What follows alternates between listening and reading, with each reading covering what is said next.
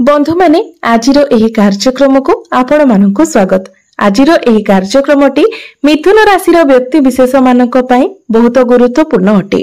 कारण मिथुन राशि व्यक्ति विशेष मानकर जीवन एही सावित्री व्रत ठारू संपूर्ण बदलिबाको जाउछि। बंधु माने सावित्री व्रत परे बुध मंगल एवं सूर्य निजर राशि परिवर्तन करबाको जाउछंती, जहार प्रभाव आपणकर स्वास्थ्य, शिक्षा, प्रेम जीवन, वैवाहिक जीवन, भाग्य, कैरियर एवं व्यापार वाणिज्य उपरे पड़िबो। तो ए सबुरी आपणकर केउ सब परिवर्तन हेबो से विषय जानिबा पई आपण माने भिडियोटी को शेष पर्यंत देखंतु एवं भिडियोटी को लाइक करी चैनल टी को सब्सक्राइब करि दियंतु। कमेंट बॉक्स रे भक्ति एवं श्रद्धार सहित जय श्री जगन्नाथ निश्चय लिखंतु। तो बंधु माने आसंतु आरंभ करिबा आजिर एही कार्यक्रम को, जहा आपणकर जन्म राशि तथा चंद्र राशि उपरे आधारित अटे। तेबे राशि चक्रर 12 गोटी राशि मध्यरु तृतीय राशि हेउछि मिथुन राशि। मिथुन राशिर राशिधिपति हेउछंती बुध। तो बंधु माने सर्वप्रथमे आसंतु नवग्रहंकर स्थिति विषय जानि लेबा। तो आपणको कुंडलीर प्रथम भावरे विराजमान अछंती देवगुरु बृहस्पति, द्वितीय भावरे विराजमान अछंती मंगल, तृतीय भावरे विराजमान अछंती केतु, नवम स्थान रे विराजमान अछंती राहु, आपणकर दशम भावरे विराजमान अछंती शनि, आपणकर एकादश भावरे विराजमान अछंती शुक्र एवं आपणकर द्वादश भावरे विराजमान अछंती सूर्य एवं बुध। तेबे सर्वप्रथम आसंतु जानि नेबा आपणकर स्वास्थ्य किपरि रहिबो एही सावित्री व्रत परे। तेबे कुंडलीर प्रथम भावटी होइथाय आपणकर स्वास्थ्यर भाव, इम्युनिटी सिस्टम रा भाव। आपणकर प्रथम भावर अधिपति हेउचंती बुध एवं बुध आपणकर द्वादश भावरे विराजमान अछंती एवं 6 जून को बुध आपणकर प्रथम भाव को चली आसीबे। तेबे 6 जून पर्यंत आपणको आपणको स्वास्थ्यर ध्यान रखिबार अछि।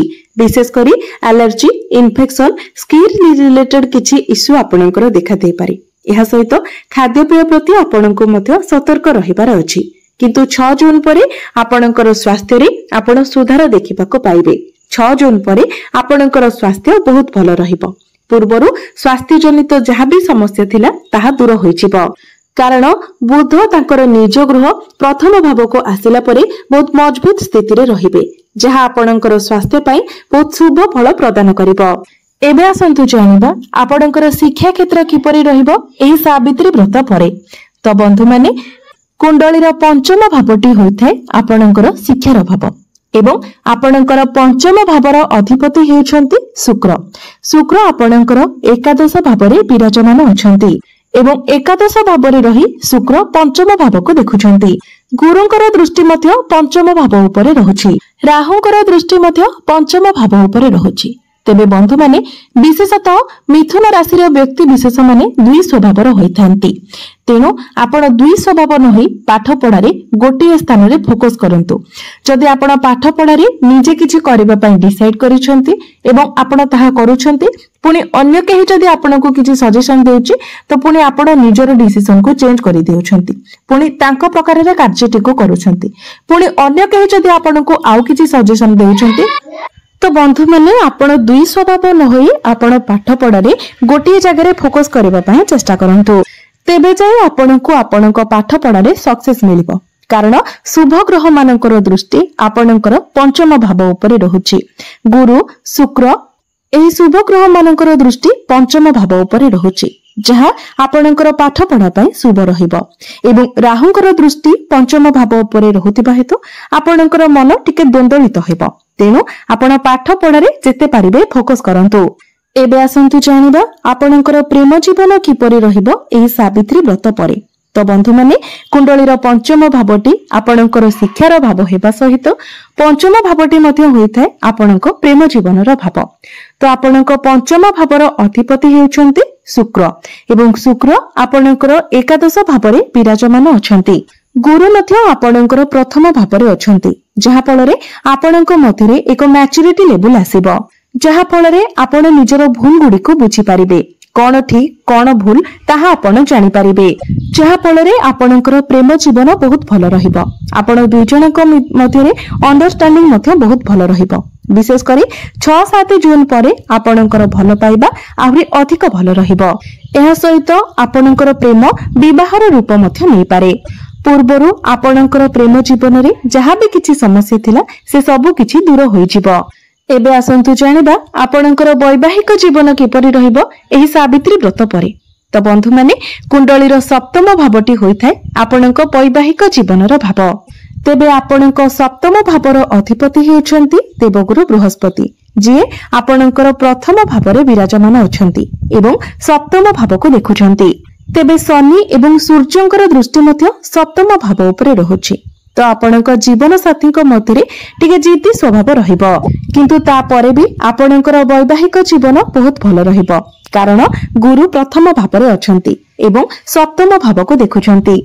जदि आपण निजर वैवाहिक जीवन को नै किछि प्लानिंग करूछंती तो आपण बिना किछि दुविधारे आगको बढ़ंतु। एबे आसंतु जानिबा सबुठारो गुरुत्वपूर्ण विषय वस्तु आपणकर भाग्य, कैरियर एवं व्यापार वाणिज्यर स्थिति किपरि रहिबो एही सावित्री व्रत परे। तो बंधु माने कुंडलीर नवम भावटी होइथाय आपणकर भाग्यर भाव। तो आपणकर नवम भाव अर्थात भाग्य भावर अधिपति हेउछंती शनि।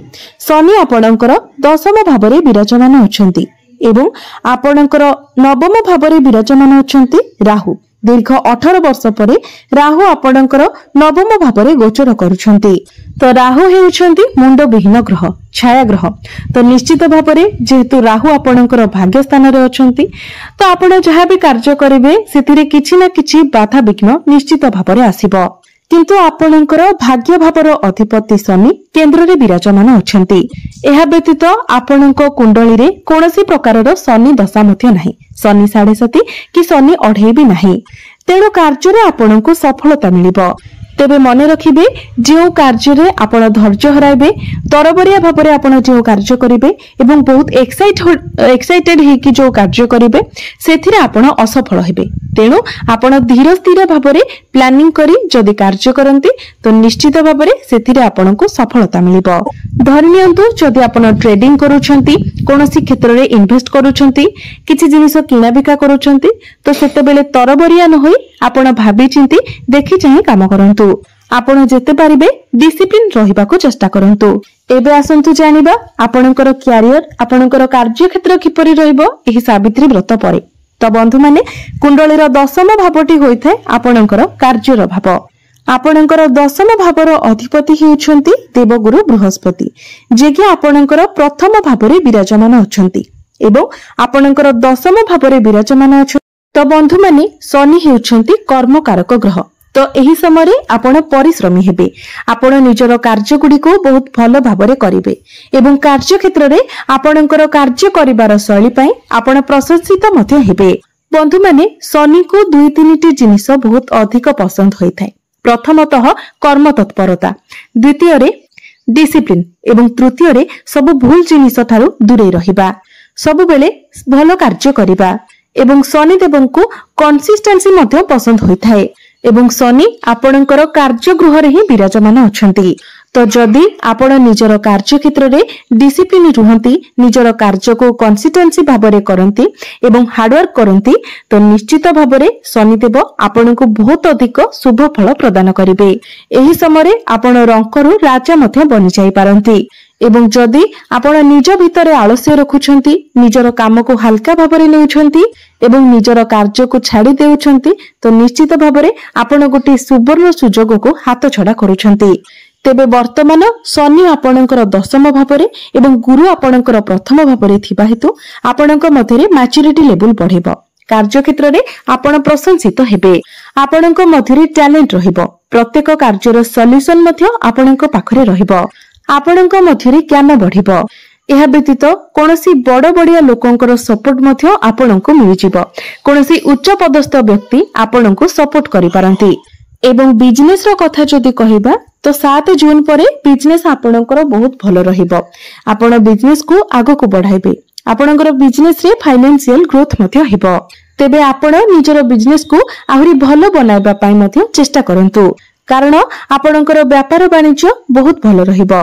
एबे आसंतु जानि नेबा किछि प्रतिकार विषय जो प्रतिकार गुड़िक करबा द्वारा आपनको अधिक मात्रा रे शुभ फल प्राप्ति हेबो एवं जहाँ सब अशुभत्व रहउची से सब खंडन हेबो। तेबे सेथिपाई आपण प्रत्येक दिन गायत्री मंत्र जप करंतु। प्रत्येक दिन बुधंकर बीज मंत्र मध्य 108 थर जप करंतु। प्रत्येक दिन आपण हनुमान चालीसार पाठ करंतु एवं प्रत्येक दिन आपण उदित सूर्य को तंबा पात्र रे जलार्घ्य अर्पण करंतु। एवं जदि आपण पारिबे तो प्रत्येक बुधवार दिन आपण गोमाता को सबुज चारा खाइबाकू दियंतु। आपणको बहुत अधिक शुभ फल प्राप्ति हेबो। तेबे बंधु माने आपणकर जीवन मंगलमय हेउ, एहा ही ईश्वरक निकटरे मोर प्रार्थना। धन्यवाद।